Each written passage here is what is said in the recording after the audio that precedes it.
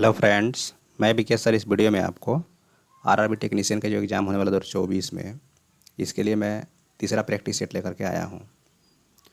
इस practice set में मैं आपको प्रीवियस ईयर क्वेश्चन बताऊँगा। एग्ज़ाम से पहले प्रीवियस ईयर क्वेश्चंस को देख लेना बहुत ही ज़रूरी होता है। जब प्रीवियस ईयर क्वेश्चंस को आप देखते हैं तो आपको एक आइडिया लग जाता है कि एग्ज़ाम में किस तरह के क्वेश्चंस पूछे जाते हैं और आपकी कितनी तैयारी है और कितनी नहीं है। जो टॉपिक आपका कमज़ोर है उस पर आप ज़्यादा मेहनत करेंगे तो उसमें जो है अच्छे नंबर आ सकते हैं। इसलिए जो है प्रीवियस ईयर क्वेश्चंस को आप ज़रूर देखें, ऐसे क्वेश्चंस को आप ज़रूर सॉल्व करें। आज जो है देखिए, इस पीडीएफ में ये जो पीडीएफ आपको दिख रहा है, स्क्रीनशॉट है पीडीएफ का फर्स्ट पेज का। तो इसमें टोटल 75 क्वेश्चन है। इस 75 क्वेश्चंस में से जो प्रीवियस हमारा 2 वीडियो है प्रैक्टिस सेट का, मतलब ये सेट नंबर 1 और 2, उसमें हमने क्वेश्चन नंबर 1 से लेकर 50 तक के सभी सब्जेक्ट के सभी क्वेश्चंस को, जो मैथ रीडिंग का हो चाहे जीके जीएस का हो, कोई भी हो, सभी को सॉल्व कर दिया है। अगर आपने उसको नहीं देखा है तो देख लीजिए। आज जो हम क्वेश्चन नंबर 51 से लेकर के 75 तक का सभी क्वेश्चंस को बताएंगे और ये पीडीएफ कंप्लीट हो जाएगा। फिर जो हम नेक्स्ट पीडीएफ के जो है क्वेश्चंस को एक एक करके बताएंगे। तो आज जो हम क्वेश्चन नंबर 51 से लेकर के 75 तक के सभी क्वेश्चंस को देखने वाले हैं, इसको ध्यान से देखिए। साथ ही जो लोग चैनल पर पहली बार आए हैं वो चैनल को सब्सक्राइब कर लीजिए, ताकि जब मैं नेक्स्ट टाइम वीडियो अपलोड करूँगा तो वीडियो सबसे पहले आप तक पहुँच सके। अब चलिए स्टार्ट करते हैं, देखते हैं करके सभी क्वेश्चंस को।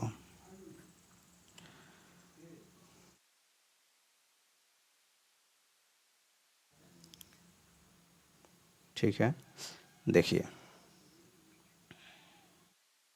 क्वेश्चंस आ चुका है, इसको आप ध्यान से देखते जाएं। देखिए जो क्वेश्चन नंबर 51 है, ये जो है आपका करंट अफेयर्स का है, वो भी उस समय जब एग्ज़ाम हुआ था तब का। तो ये तो आपके एग्ज़ाम में आएगा नहीं, तो आप बिल्कुल इसको ना पढ़ें। फालतू की चीज़ें नहीं पढ़नी है हमको, वो चीज़ जानना है जो एग्ज़ाम के लायक हो। चलिए क्वेश्चन नंबर 52 को देखते हैं। 52 नंबर में क्या कह रहा है, इसको जरा आप ध्यान से देखें। क्वेश्चन कह रहा है कि निम्नलिखित में से कौन सा विकल्प जो है दिए गए चित्र के सही दर्पण प्रतिबिंब को दर्शाता है। इसका दर्पण प्रतिबिंब निकालना है। अगर जब दर्पण एम पर रखा गया, एक मैंने मिरर यहाँ पे रख दिया, क्या बताइए इसका इमेज क्या बनेगा। तो देखिए इसका कैसा इमेज बनेगा। सबसे पहले तो भाई पिक्चर, मतलब ये आपका जो इमेज जैसा है वैसे ही रहेगा, इसमें तो कोई चेंजिंग होगी नहीं। इस बार टेढ़ा हो गया, समझ लीजिएगा, टेढ़ा से कोई दिक्कत नहीं है, ठीक है। अब देखिए यहाँ पर ये जो डार्क वाला है ना, तो इसमें ऐसे देखिए मिरर इमेज में क्या होता है, ये सेम चीज़ आपका यहाँ पे कॉपी होगा, लेकिन इसके सारे मतलब जो कलर्स जो है, मतलब सारा इसमें जो आपको दिख रहा है ना अलग अलग, जैसे कि ये डार्क है, यहाँ लाइन लाइन है, यहाँ पे खाली है, ये सारी की सारी चीज़ें इधर पलट जाएंगी। इधर का जो है इस साइड हो जाएगा और इधर का इस साइड, और नीचे का नीचे ही रहता है, मतलब ये एक दूसरे तरफ क्या हो जाता है, ये पलट जाता है। तो ये डार्क वाला आपका यहाँ पे आ जाएगा, लिख देते हैं। यहाँ पे क्या आएगा आपका, डार्क वाला आ जाएगा। यहाँ पे आपका लाइन वाला आ जाएगा, और यहाँ पे जैसे स्पेस है, खाली स्पेस है, तो वो आपका रहेगा, ठीक है। अब इस तरह का देख लीजिए कहाँ दिया हुआ है, किस ऑप्शन में इस तरह का इमेज दिया हुआ है, वहीं आंसर होगा। यहाँ पे ऑप्शंस हैं, आप देख लीजिए। जो भी चीज़ बताए थे वो जो है आपको ऑप्शन नंबर ए में दिया हुआ है। देखिए यहाँ पे डार्क वाला है, यहाँ पे स्पेस वाला है, और यहाँ पे आपका लाइन वाला है, ठीक है। यही चीज़ बताए थे, तो ये ऑप्शन नंबर ए इसका आंसर हो गया। चलिए, वाटर इमेज से और मिरर इमेज से क्वेश्चंस एग्जाम में आते हैं, ऐसे क्वेश्चंस का प्रैक्टिस ज़्यादा करें। अभी आपको मिरर इमेज का क्वेश्चन मिल गया, आगे आपको वाटर इमेज का भी क्वेश्चन मिल जाएगा। चलिए नेक्स्ट क्वेश्चन को देख लेते हैं। नेक्स्ट क्वेश्चन क्या कह रहा है कि दिए गए क्रम में उन अक्षरों की संख्या की डैश है जिनके पूर्ववर्ती, देखिए अक्षर माने लेटर, आपको लेटर को ढूंढने हैं, जिनके पूर्ववर्ती चिन्ह है पहले सिंबल होना चाहिए, उत्तरवर्ती अंक बाद में नंबर होने चाहिए। तो ऐसे कितने लेटर्स हैं, तो पहले लेटर के पास पहुंचिए। लेटर तो मेरे पास एक यहाँ एम है, इसके पहले सिंबल है लेकिन बाद में नंबर नहीं है, तो ये तो नहीं होगा। लेटर यहाँ पे है, इसके पहले सिंबल है, बाद में नंबर नहीं है, तो ये भी नहीं होगा। लेटर यहाँ पे, इसके पहले सिंबल है, बाद में नंबर, ये हो जाएगा। एन के पहले सिंबल है, एन के बाद में नंबर है, तो ये हो जाएगा। बी के पहले सिंबल नहीं है तो नहीं होगा। ओ के पहले सिंबल नहीं है, नहीं होगा, ठीक है। सी के पहले सिंबल नहीं है, नहीं होगा। पी के पहले सिंबल नहीं है, नहीं होगा। लेकिन डी के पहले सिंबल है और बाद में नंबर है, तो हो जाएगा। तो कितना हमारा हुआ, एक यहाँ एक यहाँ, दो। तो दो ही लेटर ऐसे हैं जिनके पहले सिंबल है और बाद में क्या है, अंक है। यही आपसे बोला गया था, जो हमने आपको बता दिया। तो 2 हो जाएंगे। 2 देखिए कहाँ दिया है, ऑप्शन नंबर 4 में दिया है, तो ऑप्शन नंबर 4 आंसर हो गया। नेक्स्ट क्वेश्चन देखिए, आगे आपका वाटर इमेज वाला प्रश्न आकृति का जल में बनने वाली सही प्रतिबिंब चुनिए। जल में कैसे प्रतिबिंब बनता है, जो भी आपको यहाँ प्रॉब्लम फिगर दिया गया है इसको आप बिल्कुल उल्टा कर दें नीचे, वहीं आपका आंसर हो जाएगा। तो देखिए सब अच्छा, इसमें ऊपर वाला चाहिए नीचे, नीचे वाला ऊपर जाएगा। तो ये नीचे आपको डार्क कलर दिख रहा है, ये ऊपर, लेकिन स्थान नहीं बदलेगा। ये लेफ्ट है तो लेफ्ट, ये राइट है तो राइट। तो ये नीचे वाला ऊपर जाएगा, ऊपर वाला नीचे आएगा, यानी कि जो डार्क वाला है वो ऊपर जाएगा। डार्क वाला ऊपर यहाँ पे है तो ये हो सकता है, ये नहीं होगा, ये हो सकता है, ये हो सकता है।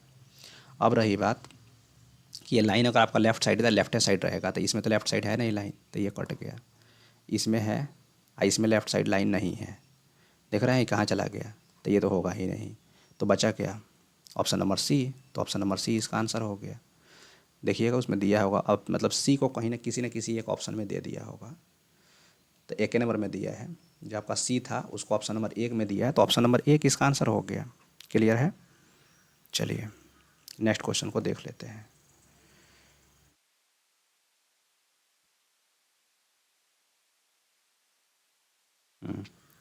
नेक्स्ट क्वेश्चन क्या कह रहा है, उत्तर आकृति आंसर फिगर का चयन करें जो प्रश्न आकृति प्रॉब्लम फिगर में व्हाट के स्थान पर आएगा, जगह लेगा। ठीक है, इसको जरा आप ध्यान से देखें तो अगर ऐसे देखा जाए तो ये कर्व वाला जो है इधर भी बाहर है, यहाँ भी बाहर है। ठीक है, सेम चीज़ यहाँ भी बाहर दिख रहा है, यहाँ भी बाहर दिख रहा है, यहाँ भी बाहर दिख रहा है, यहाँ भी बाहर, यहाँ भी बाहर, यहाँ भी बाहर, तो यहाँ भी बाहर, यहाँ भी बाहर वाला होगा। खोजिए कहाँ है बाहर वाला। इसमें है, इसमें एक में है, एक में नहीं है, तो यहाँ देखिए नहीं है, तो पूरा ऑप्शन ख़त्म। इसमें है, इसमें नहीं है, 2 ऑप्शन तो ऐसे ही कट गया। अब 2 ऑप्शन में से एक आंसर होगा। इसको देखिए, यहाँ पे लाइन वाला बाहर तरफ, यहाँ भी लाइन वाला बाहर तरफ, ये चीज़ अल्टरनेट करके है। यहाँ पर भी यही चीज़ आपको देखने को मिल जाएगा, लाइन बाहर तरफ, लाइन बाहर तरफ। ये कर्व वाला अंदर तरफ, अंदर तरफ, तो इसका जो है रिलेशन आपको इससे करने होंगे, तो ये यहाँ हो जाएगा। अब अगली बार ये चीज़ यहाँ उठ के जाएगा, ये लाइन बाहर वाला, तो लाइन बाहर वाला यहाँ पर है, यहाँ पर नहीं, एक तरफ है एक तरफ नहीं है, तो ये कट गया। ऑप्शन नंबर 1 इसका आंसर हो गया। इस क्वेश्चन को सॉल्व करने का सबसे बेस्ट तरीका यही है। देखिएगा कहीं ना कहीं ए दिया होगा, देखिए वहाँ 3 में दिया है, तो 3 इसका आंसर हो गया। ठीक है, चलिए तो इसका आंसर क्या हो गया, ऑप्शन नंबर 3 ए वाला। चलिए 56 नंबर क्वेश्चन को आप लोग खुद से सॉल्व कर लीजिए। आगे बढ़ते हैं, नेक्स्ट क्वेश्चन को देख लेते हैं। देखिए नेक्स्ट क्वेश्चन जो हमारा है कौन सा है, 57 कह रहा है 9409 का आपको वर्गमूल बताने। इसका बड़ी आसान ट्रिक बता रहे हैं, ध्यान से देखिए। किसी भी आप बड़े से बड़े नंबर का वर्गमूल बड़ी आसानी से इस ट्रिक के माध्यम से निकाल सकते हैं, और वो भी सेकेंडों में। 9409 इसका वर्गमूल निकालने हैं। आप सिर्फ लास्ट के डिजिट को देखें कि 1 से लेकर के 9 तक में किसके स्क्वायर में आता है 9। तो ये 3 का स्क्वायर करेंगे तो भी आएगा, 7 का स्क्वायर करेंगे तो भी आएगा। तो 3 या 7 कोई भी आंसर हो सकता है, लेकिन इसको आप जैसे ही लिखे तो यहाँ से आपके 2 डिजिट जो है क्या हो जाएंगे, कैंसिल हो जाएंगे। अब ये जो 94 है, ये जो आपका 94 है, तो अब हम ये देखेंगे कि इसके जस्ट नीचे जो है किसका स्क्वायर आता है। इसके जस्ट नीचे जो है किसका स्क्वायर आता है। ठीक है, तो इसके जस्ट नीचे जो है सिर्फ 9 9 81 9 का स्क्वायर आएगा। तो आप 9 यहाँ पे लिख दें, एक स्टेप इसको बढ़ाइए, 9 दहा के 90 हो गया। और 90 में जो क्या करेंगे, अब हम 90 से कंपेयर करेंगे कि 90 से 94 बड़ा है या छोटा है। तो 90 94 बड़ा है, तो यहाँ से दोनों में से बड़ा वाला अंक उठा लीजिए, तो 97 इसका आंसर हो गया। ठीक है, इसका आंसर क्या हो गया, 97। तो 97 इसका आंसर हो जाएगा। हालांकि इसमें गलती से 83 पे मार दिया है, पर 83 तो होगा नहीं, इसका 97 आंसर हो जाएगा। इस बात की आप पुष्टि भी कर सकते हैं, 97 को 97 में मल्टीप्लाई कर लीजिए, तो देखिए इतना आ जाएगा।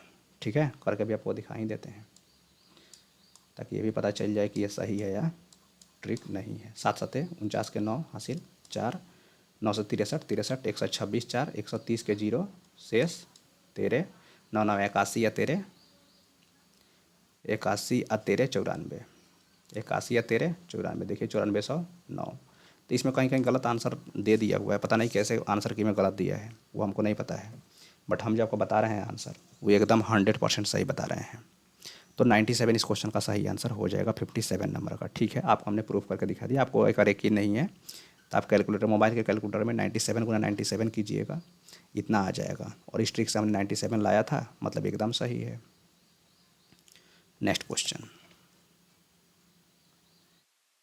58 क्या कह रहा है? टॉम के पिता टॉम से 3 गुना बड़े हैं। ठीक है, टॉम उसके फादर, टॉम का आयु अगर एक्स है तो ये 3 गुने बड़े हैं तो 3x हो जाएगा इनका। इनका कितना हो जाएगा? 3x हो जाएगा। 10 साल पहले टॉम के पिता की आयु, चलिए 10 साल पहले कहा है, टॉम की आयु से 7 गुना थी। 10 साल पहले कहेगा तो x में से 10 घटाइए, और इधर भी 3x में से 10 घटाइए। क्या कह रहा है? 10 साल पहले टॉम के पिता की जो आयु थी ना, टॉम की आयु से 7 गुना थी। टॉम की आयु से, टॉम में से लगाया था, से जिसमें लगा उसमें गुना कीजिए। टॉम की वर्तमान आयु क्या है? एक्स का मान निकालिए, आंसर आ जाएगा। ब्रैकेट हटेगा, 7 से एक्स मल्टीप्लाई होगा 7x माइनस 7 दहा के 70 इक्वल टू 3x माइनस 10। 7 से 3 जाएगा तो कितना बचेगा? यहाँ लिखते हैं 4x। ये माइनस 70 में उधर जाएगा तो प्लस में हो जाएगा, 70 से 10 जाएगा 60। 4 से कटाइएगा, 15 मरतबा कट जाएगा। एक्स का मान कितना आ गया? 15। टॉम के वर्तमान आयु को हमने एक्स से माना था, इसलिए एक्स का मान अगर 15 है मतलब आंसर जो है 15 ही होगा। कहाँ दिया है? इसको ऊपर नीचे कर दिया, बट उससे कोई दिक्कत नहीं है।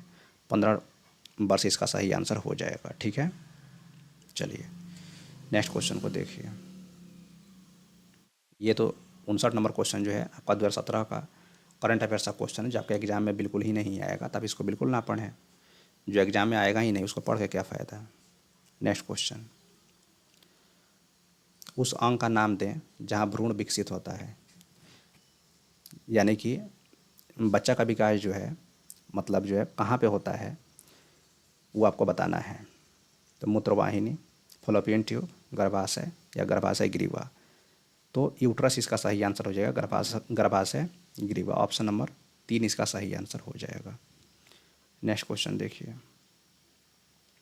61 नंबर जो क्वेश्चन है करंट अफेयर्स का ही है, 2017 का। तो आपको पढ़ने की ज़रूरत नहीं है क्योंकि एग्जाम में आपका आएगा नहीं। 2018 62 नंबर क्वेश्चन जो है ये भी पढ़ने की ज़रूरत नहीं है। क्यों? क्योंकि ये भी जो है आपका 2017 का ही क्वेश्चन है, जो आपके एग्जाम में आएगा ही नहीं करंट अफेयर्स उतना पुराना, तो फिर क्यों पढ़ना है। तब 62 तक तो हो गया। 63 नंबर, इसको देखिए क्या कह रहा है। कह रहा है एन ईरा ऑफ डार्कनेस पुस्तक किसने लिखी है, जो बड़े पैमाने पर औपनिवेशिक भारत की गंभीर वास्तविकताओं का वर्णन करता है। तो एन ईरा ऑफ डार्कनेस जो है शशि थरूर का किताब है, तो शशि थरूर इसका सही आंसर हो जाएगा। ठीक है, नेक्स्ट क्वेश्चन,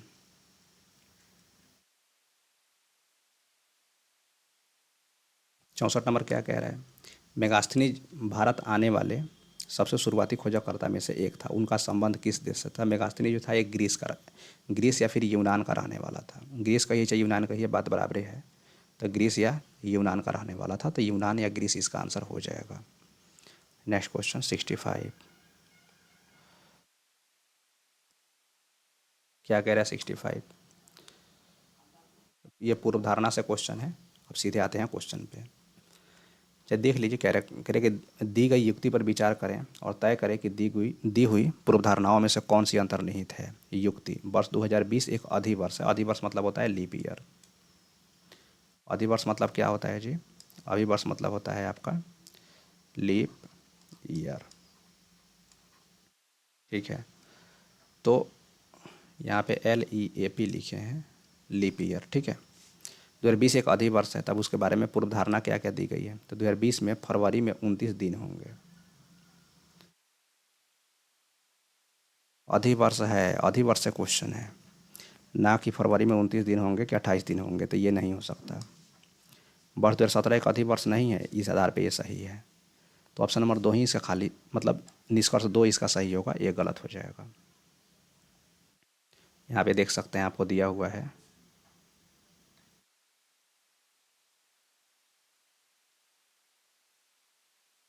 नहीं नहीं, इसका दोनों ही सही होगा, बोथ 1 और 2। देखिए इसलिए क्योंकि एक चीज़ यहाँ पे थोड़ा सा हमसे गलती हो गया है। जब मान लीजिए 2020 जो है एक लीप ईयर है, तो डेफिनेटली है कि लीप ईयर में 366 दिन होते हैं और फरवरी जो है कितना होता है, 29 दिन का होता है। तो यही बात तो कह रहा था, तो एकदम सही है कह रहा था। तो सही है इसका बिल्कुल, हमसे जो गलती से मतलब बोला गया है। तो इसका दोनों ही सही है, इसलिए इसका आंसर ऑप्शन नंबर 3 हो जाएगा। 66 नंबर क्वेश्चन को देखा जाए। देखिए क्वेश्चन नंबर 66, किसी संख्या के 15% को जब दूसरी संख्या के 30% में जोड़ा जाता है तो यह दोनों संख्याओं के योग का 24% प्रदान करता है। बड़ी संख्या छोटी संख्या की तुलना में 4 अधिक है, संख्याएं क्या है? ठीक है, देखिए तो इसको तो देखिए बनाने के लिए बहुत सारे तरीके हो सकते हैं। आप एक्स वाई मान के बनाएं या फिर ऑप्शन से बनाएं। तो ऑप्शन से तो लंबा टाइम लग जाएगा, लंबा टाइम नहीं लगेगा। अब देखिए इसको अगर बनाया जाए, ऑप्शन से बात कर रहे हैं तो कह रहा है कि बड़ी संख्या छोटी संख्या से 4 अधिक है, तो पहला ऑप्शन तो ऐसे ही कट जाएगा कि इसमें 4 अधिक है नहीं।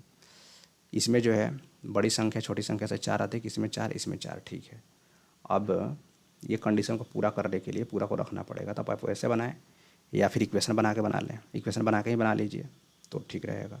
तो पहली संख्या अगर हम एक्स मान लें तो इसका 15%, एक्स का 15%, ठीक है। को जब दूसरी संख्या के 30% में जोड़ा जाता है, दूसरी संख्या के 30%, ठीक है, तो जो है यह दोनों संख्याओं के योग का 24%, यानी कि एक्स प्लस वाई का 24% देता है, का 24% दे रहा है, ठीक है। अब इसको हमको सॉल्व करना है, तो परसेंटेज यहाँ से कॉमन कर लेते हैं तो ये निकल जाएगा और इससे कट जाएगा, ठीक है। यहाँ क्या बचेगा हमारे पास, 15x plus 30y equal to, इधर ब्रैकेट जब हटेगा तो 24 से गुना हो जाएगा दोनों में, तो ये 24x प्लस 24y। थोड़ा देर में पंखा बंद हो जाएगा, 2 मिनट के लिए चला है, ठीक है। अब ध्यान से देखिए, तो अब यहाँ से हम इसको सॉल्व करते हैं। सॉल्व करेंगे अगर तो ये 30y से 24y घटेगा तो कितना बचेगा, 6y इक्वल टू, ये 15, देखिए मैंने ये प्लस में था, इधर आया था माइनस में, अब ये प्लस में इधर जाएगा तो माइनस में हो जाएगा, ठीक है। 24 से 15 घटाइएगा कितना बचेगा, 9x, 3 दूना 6, 3 तिया 9, यानी कि यहाँ से हमको क्या रिजल्ट मिला कि 2y इक्वल टू 3x। एक और कंडीशन ऊपर दिया हुआ था, ये मान लीजिए हमारा फर्स्ट इक्वेशन बन गया। सेकंड इक्वेशन क्या हो सकता है कि बोला है कि बड़ी संख्या छोटी संख्या से क्या है, जो बड़ी संख्या है क्या बोला है कि भाई छोटी, देखिए बड़ी संख्या छोटी संख्या की तुलना में 4 अधिक है, तो y माइनस एक्स जो है क्या हो जाएगा, यहाँ पे 4 हो जाएगा अगर y को बड़ी संख्या मानते हैं तो। अब यहाँ पे वैल्यू को रखिए, ठीक है। तो यहाँ पे देखिए 2y बराबर क्या दिया है, 3x दिया है, यानी कि हम y बराबर अगर वैल्यू निकालें तो ये कितना हो जाएगा, 3x/2 हो जाएगा।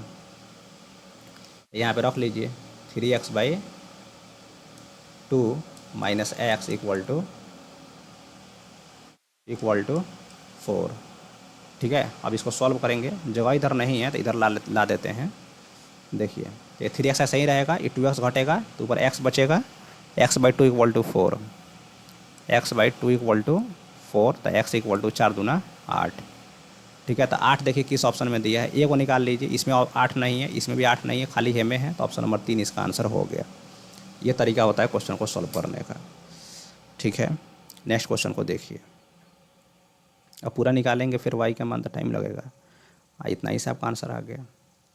नेक्स्ट क्वेश्चन को देखिए, देखिए जो नेक्स्ट क्वेश्चन है क्या कह रहा है, किसी संख्या का 84% 105 है, संख्या कितनी है।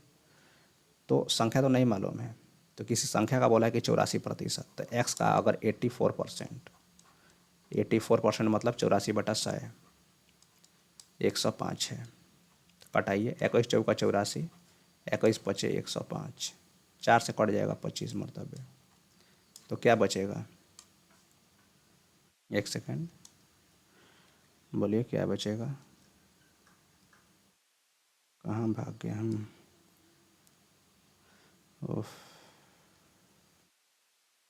यहाँ पे आप ध्यान से देखें तो यहाँ पे जो है ये 25 इधर क्या है, भागा में उधर जाएगा तो क्या हो जाएगा, गुना में। तो x बराबर क्या हो जाएगा, x बराबर जो है 25 पचे 125, 25 पचे कितना हो जाएगा 125, 25 पचे था या चौके था, पचे था, तो 25 पचे 125, तो 125 इसका आंसर हो जाएगा जो ऑप्शन नंबर 2 में दिया है। तो ऑप्शन नंबर 2 इसका सही आंसर हो जाएगा। ठीक है, चलिए नेक्स्ट क्वेश्चन को देखते हैं। नेक्स्ट क्वेश्चन क्या आ रहा है, क्या कह रहा है, निम्नलिखित में से कौन सी भौतिक इकाई एक वस्तु की स्थिर या एक समान गतिशील स्थिति को बदलती है या बदलने का प्रयास करती है। तो कोई वस्तु मतलब अगर स्थिर है तो उसको बदलने का प्रयास कौन करेगा, बल करेगा। तो बल जो इसका सही आंसर हो जाएगा। मैथ रीडिंग का थोड़ा आंसर इसमें मिसमैच है, लेकिन जीके जी इसका सही है। 69 बोल रहा है भिन्न आकृति का चयन करें।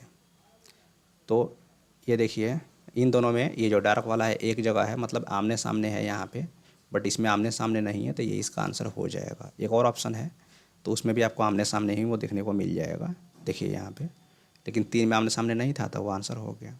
70 नंबर क्वेश्चन को देखिए। 70 नंबर क्वेश्चन देखने में बड़ा है बट इसमें है कुछ नहीं, अब ध्यान से देख लें। एक सेकेंड, ठीक है, देखिए क्या कह रहा है, नीचे दिए गए आंकड़ों का अध्ययन करें और निम्नलिखित प्रश्नों के उत्तर दें।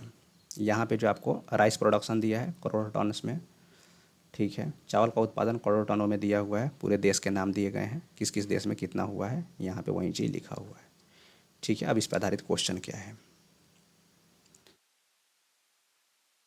चलिए क्वेश्चन क्या है कि भूटान में सर्वप्रथम किस वर्ष चावल के उत्पादन में गिरावट आई। भूटान, तो भूटान जो है आपको यहाँ पे देखने को मिलेगा, और भूटान का उत्पादन 2001 में 14.5 है, 2002 में 16.3, 3 में 16.2, 4 में 16.4 और 5 में 16.8। एक चीज़ आप ध्यान से देखे होंगे, यहाँ सब चीज़ बढ़ते ही क्रम में है। तो सबसे कम उत्पादन किस साल में हुआ है, 2001 में, तो 2001 इसका आंसर हो जाएगा। ठीक है, यहाँ पे देखिए दिया है ऑप्शन नंबर 4 में, तो ऑप्शन नंबर 4 आंसर हो गया। ठीक है, नेक्स्ट क्वेश्चन को देखें। कह रहा है नीचे दिए गए प्रश्न चित्र प्रॉब्लम फिगर दिए गए उत्तर चित्रों में से किसी एक में सन्निहित किया गया है, वो उत्तर चित्र आंसर फिगर कौन सा होगा। इसको ढूंढना है कि आपको किस में दिया हुआ है। तो देखिए इसमें तो होगा नहीं, क्यों, क्योंकि इसमें जब ये क्या है, ये विकर्ण है। अब मान किसी फिगर में इस तरह का अगर ये विकर्ण है तो ये विकर्ण तो इसमें है, इस तरह का लाइन है, इसमें नहीं है, तो ये तो ऐसा ही कट गया। इसमें भी नहीं है, इसमें एक है, इसमें नहीं है। देखिए इसमें इस तरह का विकर्ण होना चाहिए ना, तभी तो सन्निहित होगा, तो नहीं है। इसमें भी इस तरह का लाइन नहीं था, इसलिए तीनों ऑप्शन कट के बचा कौन सी, ऑप्शन नंबर सी। तो ऑप्शन नंबर सी आंसर हो गया। कितना आसान है। चलिए नेक्स्ट क्वेश्चन देखिए 72। क्या करें, श्रीमती एक्स के पति श्रीमती वाई की माँ के इकलौते बेटे हैं। अब देखिए एक्स के जो पति हैं वो वाई की माँ, तो वाई यहाँ हो गया, इसकी कोई माँ है, ठीक है, कि इकलौते बेटे श्रीमती एक्स के जो पति हैं वो श्रीमती वाई की माँ के इकलौते बेटे हैं। अगर मतलब श्रीमती लगा दिए मतलब ये फीमेल है, और यहाँ पे कोई के बेटे हैं, यहाँ पे कोई लड़का है, मैंने इनका बेटा है ये, ठीक है, और इसका क्या हो जाएगा, भाई हो जाएगा। एक चीज़ और कहा था कि ये पति है, श्रीमती एक्स के पति जो है ना श्रीमती वाई के माँ के इकलौते बेटे हैं, ठीक है, और ये किसका पति है, तो एक्स का पति है। तो पति है तो प्लस, पत्नी है तो माइनस हो गया। यदि श्रीमती एक्स के भाई और श्रीमती वाई के पति चचेरे भाई हैं, श्रीमती एक्स के पति वाई के भाई चचेरे भाई बहन हैं, ठीक है, कोई दिक्कत नहीं है। तो श्रीमती एक्स का श्रीमती वाई से क्या संबंध है, ठीक है। देखिए अगर ये चचेरा भाई बहन है तो इसकी माँ जो है मान लीजिए दूसरी हो जाएगी और इसकी माँ दूसरी हो जाएगी, मतलब चचेरा है तब समझिए। देखिए यहाँ भाई बहन का संबंध है, तो इस फिगर अपना चेंज करें, खाली चचेरा लगा दें, मन में समझ जाएंगे, हो जाएगा, चचेरा हो गया। अब देखिए अगर चचेरा अगर ये है, अच्छा ये अगर अपना रहता तो क्या आंसर होता है, ज़रा सोचिए। इसके पति की बहन, इसकी क्या लगेगी? ननद भौजाई। ननद भौजाई वाला बात होगा ना, तो चचेरा हो चाहे आपन हो, ननद भौजाई वाला ही बात होगा। तो ऑप्शन नंबर 2 इसका सही आंसर हो जाएगा। ठीक है, चलिए, तो खाली फंसाने के लिए दिया था थोड़ा सा, बस उसमें कुछ था नहीं। क्या कह रहा है नेक्स्ट क्वेश्चन 73, दिए गए चित्र का सही प्रतिबिंब निम्नलिखित में से कौन से विकल्प में होगा? अच्छा, कौन सा प्रतिबिंब?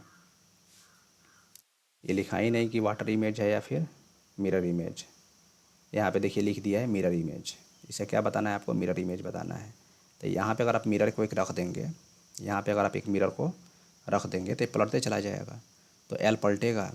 तो देखिए ये एल सीधा लिखा था इसलिए कट गया, ऊपर लिखा था इसलिए कट गया। ये दोनों हो सकता है, तो इसमें ये है, ये है, ये है, ये है, ये है, लेकिन एल को यहाँ पे क्या कर दिया? सीधा लिख दिया, तो ये तो होगा नहीं। ऑप्शन नंबर 3 इसका आंसर हो जाएगा। जो आंसर बता रहे हैं वो आपको रीजन दे के बता रहे हैं कि क्यों वहीं होगा। दिखने के लिए तो आंसर दिख ही रहा है, बट हम रीजन बता रहे हैं। चलिए, आपका पूर्व धारणा से फिर से क्वेश्चन है, मतलब कथन निष्कर्ष से। पूर्व धारणा अलग होता है, कथन निष्कर्ष अलग होता है। देखने में क्वेश्चंस दोनों एक ही होते हैं, बट थोड़ा सा का अंतर होता है। क्या क्वेश्चन कह रहा है? वक्तव्य उठो, जागो और तब तक लक्ष्य तक पहुंच न जाओ, तब तक ना रुको। ये तो भाई एक मोटिवेशन वाला बात है। निष्कर्ष का एक इंसान को उसकी मजबूरी की स्थिति से बाहर निकलना होगा। सही बात है, इसी के लिए तो मोटिवेशन दिया गया है। और कोई व्यक्ति कमज़ोर नहीं है, ये भी बात सही है। तो दोनों ही सही हो जाएंगे। जब दोनों ही सही हो जाएंगे तो इस आधार पर जो हमारा आंसर क्या हो जाएगा? बोथ आंसर हो जाएगा। यानी कि 1 और 2 दोनों अनुसरण करते हैं। ठीक है, एक लास्ट क्वेश्चन है 75, इसको भी आप देख लें। 75 नंबर में क्या कह रहे हैं कि निम्नलिखित में से किसकी इकाई ऊर्जा की इकाई के समान है? तो ऊर्जा की इकाई क्या होती है? जूल होती है। तो देख लीजिए, बल का इकाई जूल होगा? नहीं। शक्ति का? नहीं। घनत्व का? नहीं। किसका होगा? कार्य का। कार्य का भी मात्रा क्या होता है? जूल ही होता है। तो दोनों ही मैं कह रहा था कि मतलब निम्नलिखित में से किसकी इकाई ऊर्जा की इकाई के समान है? तो कार्य की इकाई, जो कार्य की इकाई है वो ऊर्जा की इकाई के बराबर होती है, यानी कि दोनों का इकाई जो जूले होता है। इसीलिए जो क्या हो जाएगा, ये सही हो जाएगा। हमने क्वेश्चन के पीछे क्या रीजन है वो भी आपको बता दिया है। तो ठीक है फ्रेंड्स, उम्मीद करते हैं कि आप सभी क्वेश्चन को समझ गए होंगे और आपको वीडियो पसंद आया। अगर आपको वीडियो पसंद आया तो वीडियो को लाइक कर दीजिए, चैनल को सब्सक्राइब कर लीजिए। और एक बार इस वीडियो को जो है आप जिस भी सोशल मीडिया प्लेटफॉर्म पे हैं, व्हाट्सअप, फेसबुक, इंस्टाग्राम, जहाँ भी हैं, वहाँ भी इसको एक बार शेयर ज़रूर कर दीजिएगा। मिलते हैं आपसे नेक्स्ट वीडियो में। Thank you.